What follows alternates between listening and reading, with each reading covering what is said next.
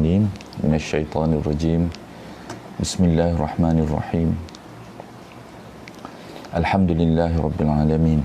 Wassalatu wassalamu ala asyrafil anbiya wal mursalin wa ala alihi wa ashabihi wa man da'a bi da'watihi wa ihtada bi hadihi wa istanna bi sunnatihi wa jahada bi jihadihi ila yaumiddin.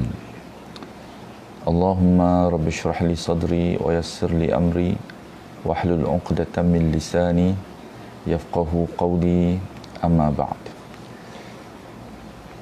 Fa inna khairal hadithi kitabullah wa khairal hadi hadi Muhammad sallallahu alaihi wasallam wa syarril umuri muhdatsatuha wa kullu muhdatsatin bid'atu wa kullu bid'atin dhalalah wa kullu dhalalatin finnar.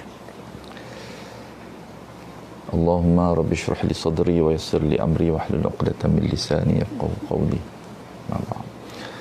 Saudara-saudara dan saudara-saudari yang dirahmati Allah, Assalamualaikum warahmatullahi wabarakatuh. Alhamdulillah, pada pagi ini insya-Allah kita akan menyambung lagi insya-Allah perbincangan surah Al-Insyiqaq yang telah kita mulakan, dan kita telah membincangkan semalam blok yang pertama daripada surah ini. Ada 4 blok kan, ayat yang akan kita sentuh.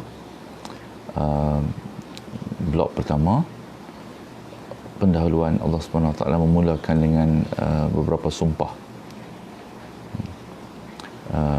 qasam ataupun sumpah yang menjelaskan tentang ataupun menentukan rentak ataupun tema khusus yang akan dibincangkan di dalam surah ini. Idza as-samaa'un syaqqat, apabila langit terbelah, wa adzinat li rabbiha wa huqqat, dan dia patuh kepada Tuhan. Jadi Allah Subhanahu Wa Taala menjelaskan bahawa langit ini terbelah bukan kerana dia telah lama berada di langit, telah lama, telah buruk, telah semakin berumur dan sebagainya, tapi kerana dia patuh kepada Tuhan. Seandainya Allah Subhanahu Wa Taala Rabb kepada langit ini, menginginkan supaya langit ini terus berterusan saja beberapa bilion tahun lagi contohnya, maka pasti langit ini akan patuh kepada Tuhannya. Tapi pada detik yang ditentukan oleh Tuhannya, Rabbnya, di Rabbiha, dan pada suasana keadaan yang ditentukan, tidak terundur ke depan ataupun tidak terundur ke belakang walaupun sesaat, maka langit ini pun patuh kepada perintah Tuhannya yang sudah semestinya langit ini patuh. Begitu juga bumi, Allah Subhanahu Wa Taala juga menekankan. Penekanan yang diberikan sama saja. Wa idzal ardu muddat, dan apabila bumi diratakan, wa alqat ma fiha wa takhallat, dan dia mengeluarkan, memuntahkan apa yang ada di dalamnya, dalam perutnya, sehingga menjadi kosong. Perut dia, apa saja yang ada di dalam perut bumi ini dikeluarkan, kan? Ini disebut secara umum, kan? Termasuklah manusia dan juga segala bahan-bahan yang ada di dalam perut bumi yang dikejar oleh manusia, kan? Hakikatnya dia adalah satu yang berada di dalam perut bumi, dalam perut yang di sisi Allah Subhanahu Wa Taala nilainya bernilai hanya kerana dia menjadi alat yang perlu digunakan oleh manusia. Tapi bagi manusia-manusia yang tenggelam dengan apa yang ada di atas dunia ini, kecantikannya, keindahannya, maka mereka mengejar banyak daripada isi dalam perut bumi ini yang menjadi bahan yang amat diidam-idamkan dan menjadi rebutan di antara manusia yang lalai ataupun tenggelam di dalam usaha ini. Jadi pada hari itu bumi akan mengeluarkan semua yang berada di perutnya. Manusia yang akan keluar akan dibangunkan, bangkitkan kembali oleh Allah Subhanahu Wa Taala. Kerana apa? Wa adzinat li rabbiha wa huqqat.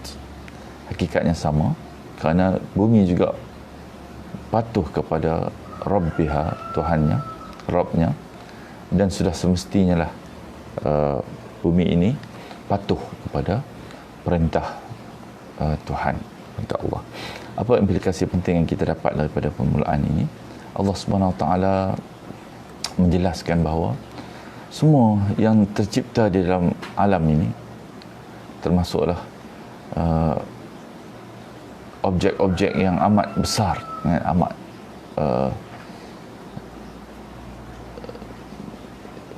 kukuh pada pandangan manusia, yang tidak mungkin boleh digugat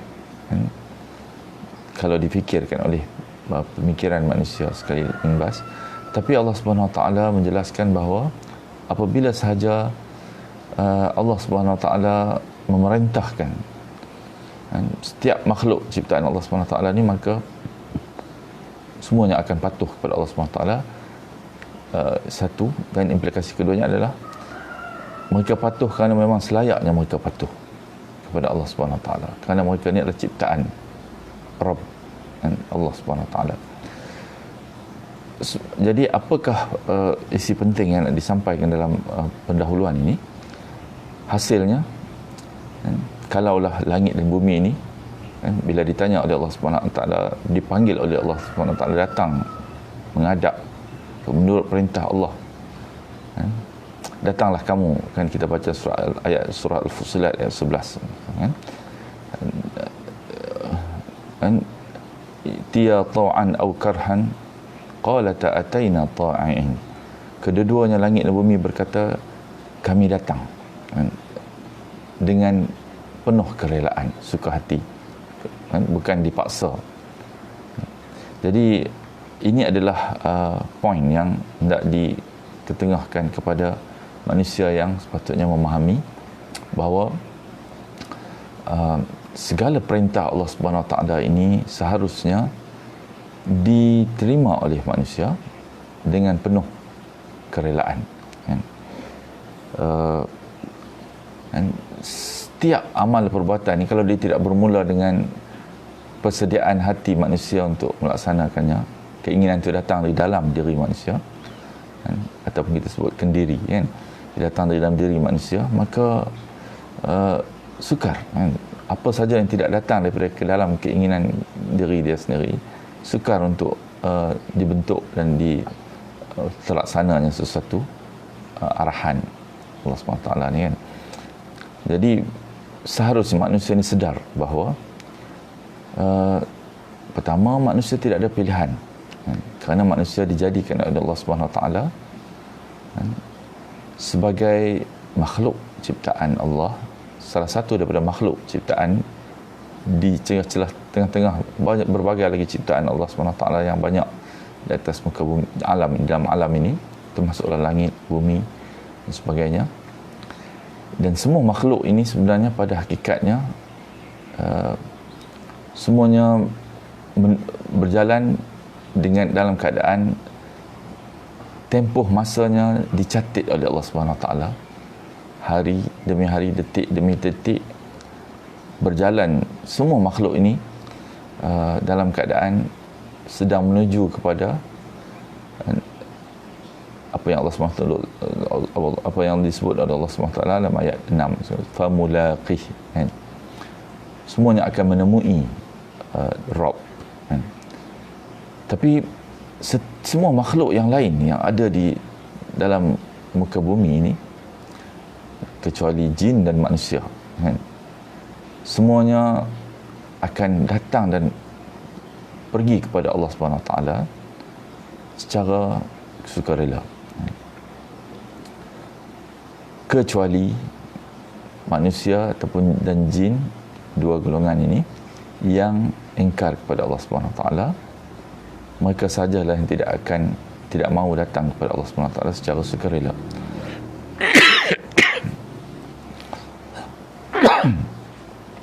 Jadi ini yang nak yang disentuh di dalam ayat ini kan. Walaupun diberi peringatan oleh Rasul dengan ayat-ayat Allah yang turun kepada mereka, kan, khususnya kan, setelah dijelaskan bahawa manusia ni semuanya akan bertemu dengan Allah Subhanahu Wa Taala. Dan kita baca ayat blok yang kedua, ayat 6. Ya ayyuhal insan innaka kadihun ila rabbika kadhan famulaqih. Wahai manusia, wahai insan, wahai semua manusia, innaka kadihun, sesungguhnya kamu ini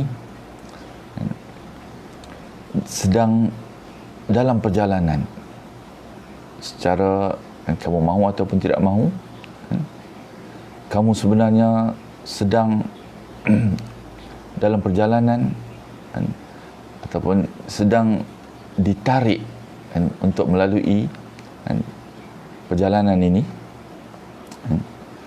Kadih, dalam keadaan bekerja keras, membanting tulang dan bersungguh-sungguh melalui perjalanan ini, mahu ataupun tidak mahu, relentlessly, semua yang berada dalam tubuh badan kita semuanya sedang menuju kepada melalui perjalanan ini. Dan manusia memulakan perjalanan ini pada hari pertama manusia ini dijadikan, dilahirkan di muka bumi ini. Malah hari pertama manusia dicipta oleh Allah Subhanahu Wa Taala di alam sebelum daripada alam dunia ini, manusia sebenarnya telah pun menentukan perjalanan dia.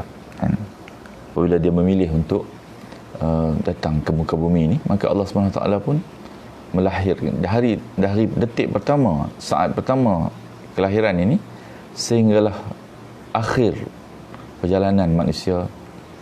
Sebenarnya dia adalah merupakan perjalanan yang tidak ada no point of return, kan? Tidak ada titik kembali lagi, kan? Itu adalah hakikat, kan?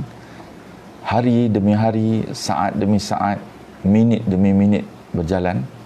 Pada hakikatnya manusia sedang mengikut jadual yang ditetapkan oleh Allah Subhanahu Wa Taala menuju kepada Tuhannya.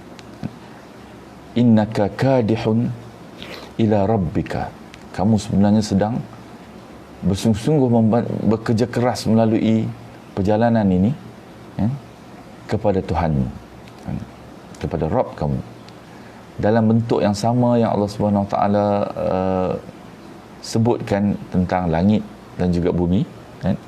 Allah sebut juga tentang Rabbiha, kan? Iaitu wa adzinat li Rabbiha, maka ini patuh kepada Rabbiha, kan?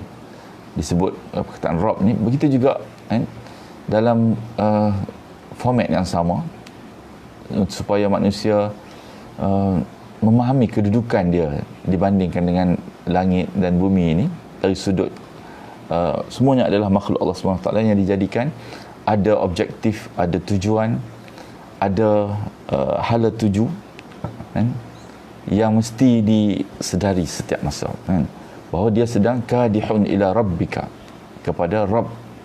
Rabb ini dalam konotasinya adalah pemilik, pencipta, beri rezeki, penguasa yang menguasai semua perjalanan, kan? Bila disebut Rabb ini, maknanya manusia mengetahui bahawa dia tidak ada kuasa untuk berjalan di luar daripada ketentuan Rabb. Walaupun dia diberi pilihan untuk sama ada nak melalui perjalanan itu dengan kerelaan, taw'an atau karhan, ataupun dipaksa. kedua-dua keadaan ini tetap manusia akan menuju kepada Tuhannya. Tidak ada seorang pun yang boleh menyekat ataupun memilih untuk tidak melalui perjalanan ini. Manusia boleh memilih untuk melalui perjalanan ini dengan sukarela ataupun dengan terpaksa, tapi dia tidak boleh pilih untuk tidak melalui perjalanan ini. Itu satu yang diingatkan oleh Allah SWT. Kadihun ila rabbik kadhan, kadhan, dengan sungguh-sungguh kan, dengan penuh daya usaha kan, kesusahan manusia melalui perjalanan hidup ini kan, ke mana kan, famulaqi, maka nanti manusia akan menemui Tuhannya dalam perjalanan ini kan, sedang berjalan untuk menuju kepada pertemuan dengan Tuhannya. Apa implikasi dia? Implikasi dia adalah di sana ada hari pembalasan yang pasti akan sampai. Manusia semua pasti akan sampai, mahu tidak mahu dia akan sedang dipaksa ataupun ditentukan oleh Rabb, pemilik manusia ini, untuk melalui perjalanan ini, dan dia pasti akan lalu dan dia akan sampai. Tidak ada seorang pun yang boleh mengatakan dia tidak mahu melaluinya ataupun dia nak berehat sekejap untuk tidak berjalan. Perjalanan ini tidak ada rehat dia, walaupun sesaat, sehinggalah kita sampai ke destinasi yang kita nak tuju, iaitu famulaqihi. Hi ini adalah Allah SWT, Rabbika. Sehinggalah sampainya kembali kita kepada pemilik dan juga pencipta yang Maha Esa, Allah Subhanahu Wa Taala. Untuk apa? Untuk dinilai semua amalan-amalan dan juga apa yang telah dia buat ketika mana dia melalui perjalanan ini. Sebab itu disebut dalam hadis sahih yang kita pernah baca dulu, kun fid dunya ka'annaka ghariban. Rasulullah SAW menasihatkan supaya jadilah kamu kun fid dunya, di dunia ini, ka'annaka ghariban, seperti mana seorang asing, seorang dagang yang melalui perjalanan ini. Di dunia ini hakikatnya kita terus menerus berjalan dan tidak ada masa berhenti.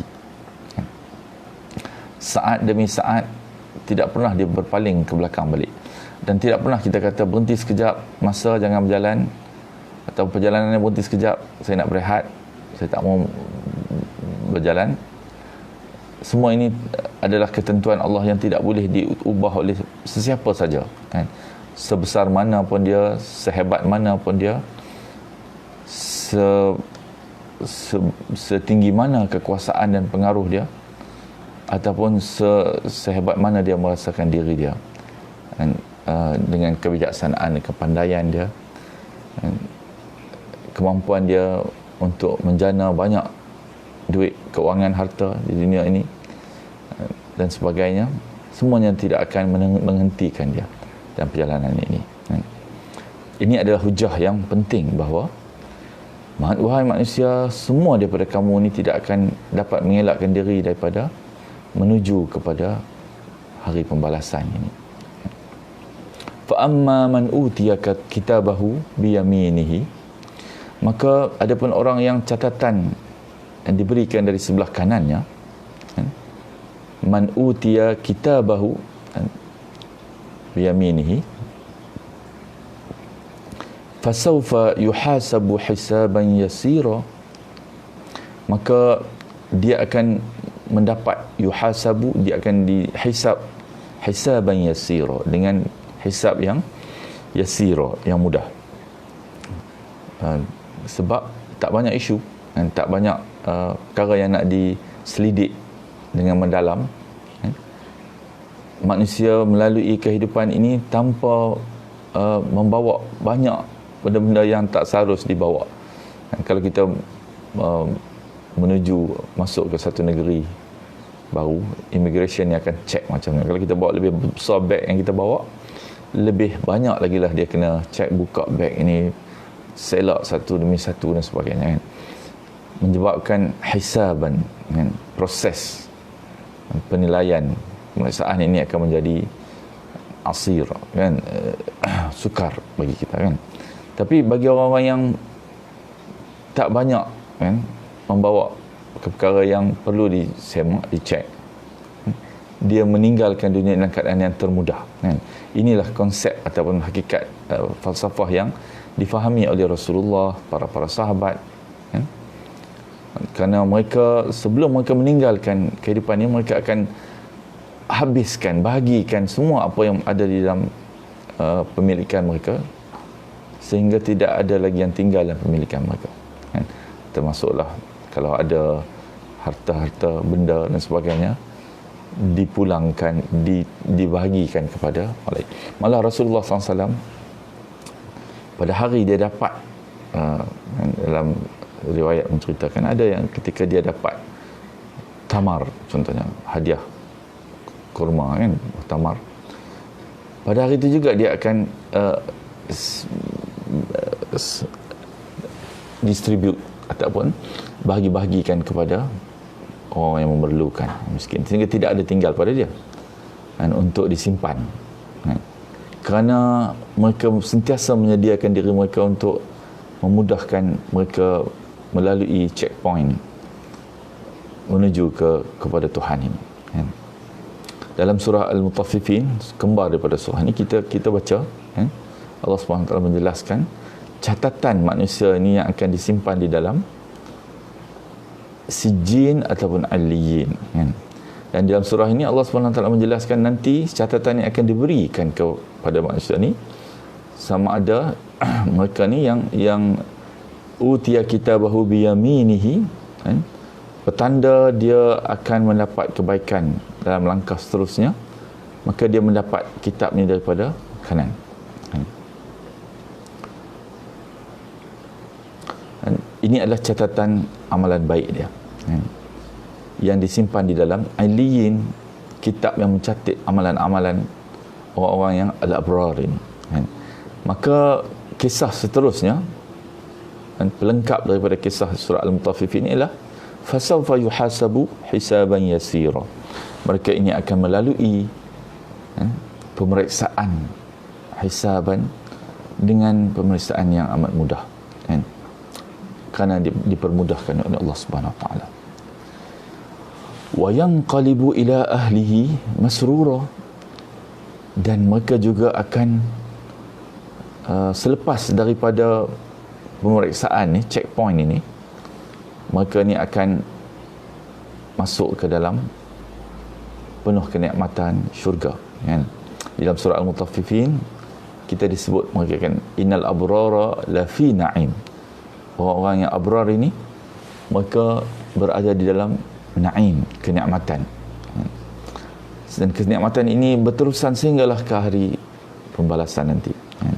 Seperti mana yang saya sebut Ibn Qayyim Al-Jauziyah kan, menyebut kan, dalam tulisannya dia kata, siapa yang merasai syurga di dunia ini, maka amat besarlah harapan dia untuk masuk syurga di akhirat nanti. Dan siapa yang tidak mendapat syurga di dunia ini dan tidak menerima syurga di dunia ini, amat besarlah kemungkinan dia tidak akan masuk ke dalam syurga di akhirat nanti kan. Ini adalah hakikat kan. Orang-orang yang al-abrar lafi na'im, mereka ni sentiasa dalam keadaan hidup dalam kenikmatan, kepuasan hati kan. Seperti mana dalam hadis Rasulullah sebutkan, raditu billahi rabba, diajar kita supaya menyebut raditu billahi rabba, aku telah redha dengan Allah sebagai Rabbku kan. Wa bil islami dina, dan sebagai Islam ini sebagai din kan, din kami, pegangan ikutan kami. Wa bi Muhammadin nabiyyan wa rasula, dan juga Muhammad sallallahu alaihi wasallam, Rasul sallallahu alaihi wasallam sebagai Rasul kan. Wa bi Muhammadin nabiyyan, nabi dan rasul yang menjadi ikutan kita kan. Dan semua ini hidup muncul tergaul dalam keadaan yang penuh harmoni dan dalam kehidupan seorang muslim, yang menyebabkan dia akan selepas daripada checkpoint menerima kitab dia ni, pasport dia ni, maka dia akan melalui hisab yang mudah dan akan masuk ke dalam syurga Allah Subhanahu Wa Taala, Jannah An-Na'im. Dan syurga, mereka akan masuk syurga ni, ada banyak tingkatan-tingkatannya kan, maka ni akan masuk ke dalam tingkatan yang terbaik kan, dan lebih menggembirakan lagi kan.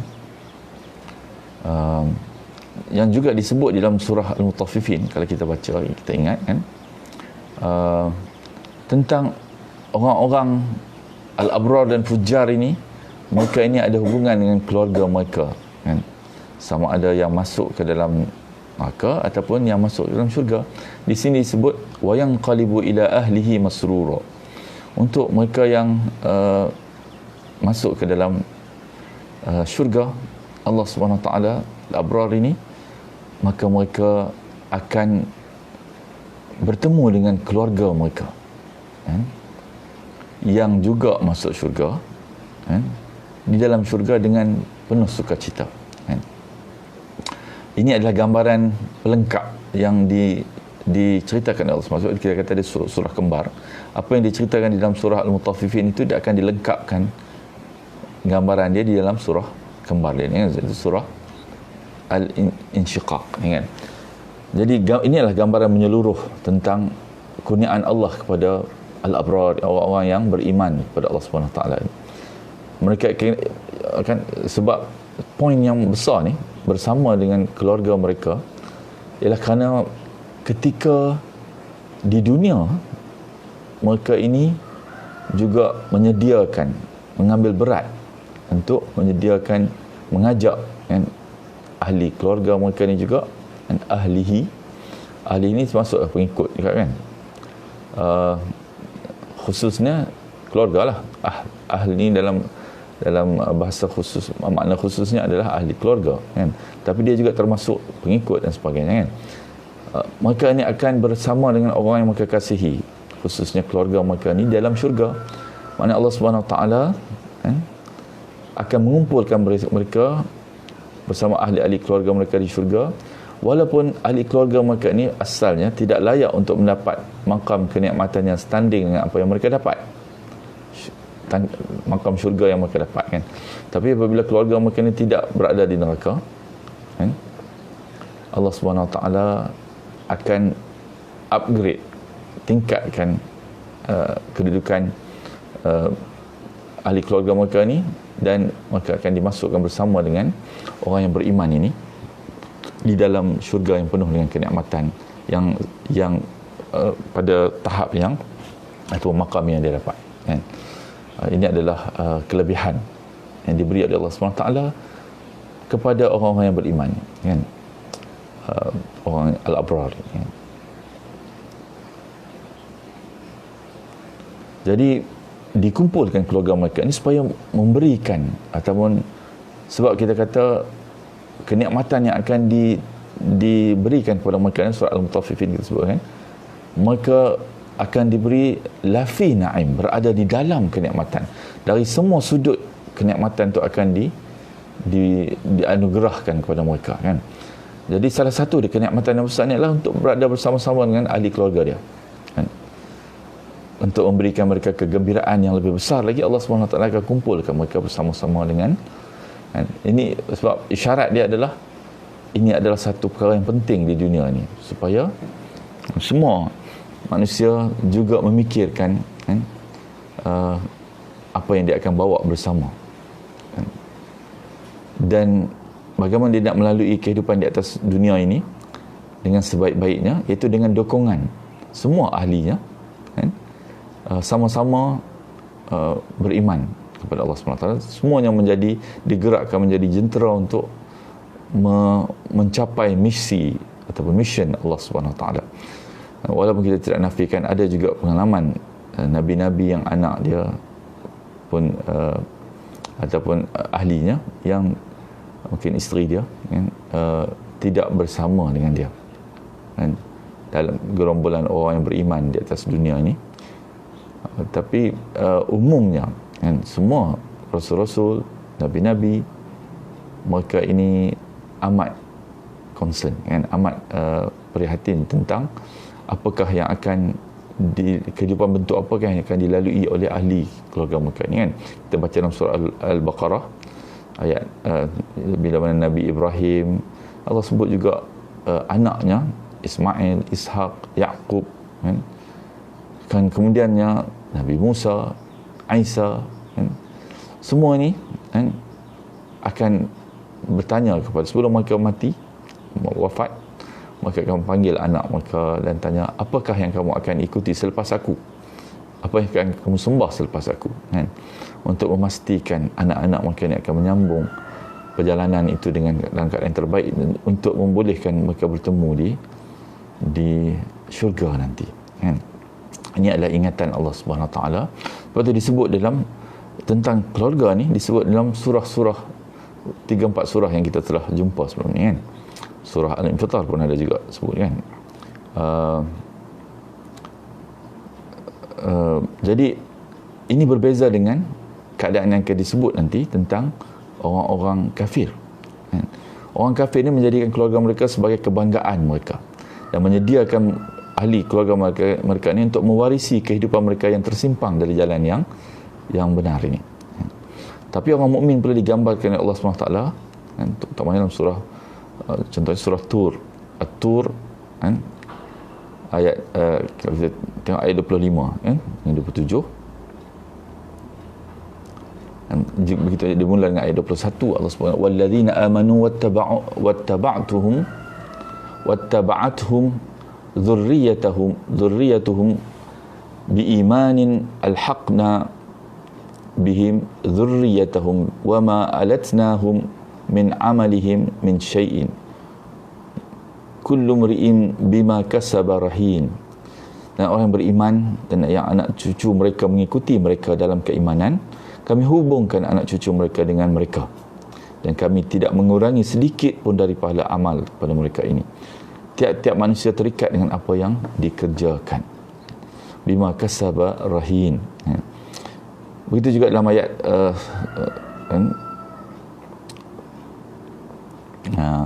itu ayat 21 kan. Allah Subhanahu Wa Taala mengatakan Allah akan kumpulkan kan mereka dengan keluarga mereka. Dalam ayat 25 dalam surah At-Tur juga Allah Subhanahu Wa Taala sebut kan, wa aqbala ba'dhum 'ala ba'dhin yatasaalun qalu inna kunna qabl fi ahlina mushfiqina famanna Allahu 'alaina wa waqana 'adzabas samum. Dan sebahagian mereka akan menghadap kepada sebahagian mereka yang lain sambil bertanya-tanya menanya kan. Mereka berkata, sesungguhnya kami dahulu sewaktu berada di tengah-tengah keluarga kami merasa takut akan diazab oleh Allah Subhanahu Wa Taala ini. Maknanya dia dan ahli keluarganya dididik dan dilatih untuk sentiasa takut kepada hari pembalasan ini kan? Takut kepada azab Allah Subhanahu Wa Taala. Maka famannallahu alaina wa waqana azabas samum. Maka hasilnya Allah SWT memberikan kurnia kepada kami dan memelihara kami daripada azab neraka ini. Kerana kami takut kepada amaran Rasul, peringatan Rasul ini. Ini adalah satu yang disebut dalam banyak ayat tentang orang beriman ini dan keluarga mereka. Amat berbeza dengan orang kafir ini kerana mereka, apa yang penting adalah memastikan anak-anak mereka ni akan dapat menyambung empayar mereka ke. Kalau mereka ni capai kehebatan dalam satu perkara, ahli perniagaan yang besar ke, mereka nak memastikan anak mereka akan hidup senang dengan apa yang mereka akan tinggalkan. Kalau ada juga orang yang mungkin dia hebat dalam satu bidang, dia nak anak dia juga hebat dalam bidang, tidak salah. Tapi kalau terhenti setakat itu, maka itu adalah satu perkara yang menipu kan. Sebab kita sebenarnya Allah SWT mengingatkan kan, ini perbezaan. Orang-orang mukmin mereka bersama keluarga mereka kan, mengajak keluarga mereka juga untuk merasa takut kepada azab Allah, hari pembalasan hari kehancuran alam ini, dan juga mahkamah Allah Subhanahu Wa Taala. Tapi untuk memastikan anak keturunan mereka ini mewarisi perasaan takut ini, kan, dan juga akidah yang sebegini. Tapi banding dengan orang kafir sebaliknya, kan. Dan maka mereka cuba memastikan keselamatan akhirat keluarga mereka ini kerana keyakinan mereka yang tinggi di atas hari pembalasan ini, kan. Inilah kecintaan yang sebeginilah yang akan menyebabkan mereka dihimpun bersama di akhirat nanti. Sedangkan kecintaan seperti yang digambarkan kepada orang-orang kafir ini, mencintai keluarganya tapi tidak mempedulikan peringatan tentang pembalasan ini, akan menyebabkan kerugian besar dan kehinaan di akhirat pada kedua mereka dan keluarga mereka, kan. Kita kalau dalam pengalaman kita melalui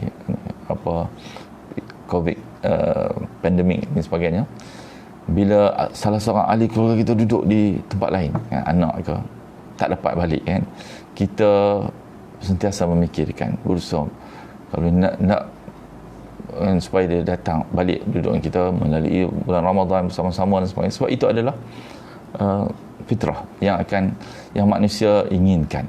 Tapi sebab itu Allah SWT suruh kita faham, kan, atas sebab apakah kita hendak ataupun kecintaan kita kepada mereka ini, kan. Adakah kita seperti mana kecintaan orang kafir ni, ataupun bandingannya dengan orang mukmin, kan, yang menginginkan supaya semua apa yang mereka cintai ini, ahli mereka ni juga menjadi orang-orang yang akan bersama melalui perjalanan, kan. Kadihun ila rabbika kadhan famulaqih, kan. Jadi inilah hakikat yang kita yang Allah SWT gambarkan ini, kan. Semuanya akan berjalan, kan, dan akan bertemu dengan Allah di penghujungnya, kan. InsyaAllah rasanya kita berhenti dulu setakat ini. Besok kita akan, kalau diizinkan Allah SWT, kita akan tengok pula gambaran satu lagi yang Allah beri kepada tentang orang-orang yang akan menerima catatan daripada arah yang lain daripada sebelah kanan, kan. InsyaAllah saya sudahi dengan wabillahi taufiq wal hidayah. Assalamualaikum warahmatullahi wabarakatuh. Subhanallah wa bihamdika asyhadu an la ilaha illa anta astaghfiruka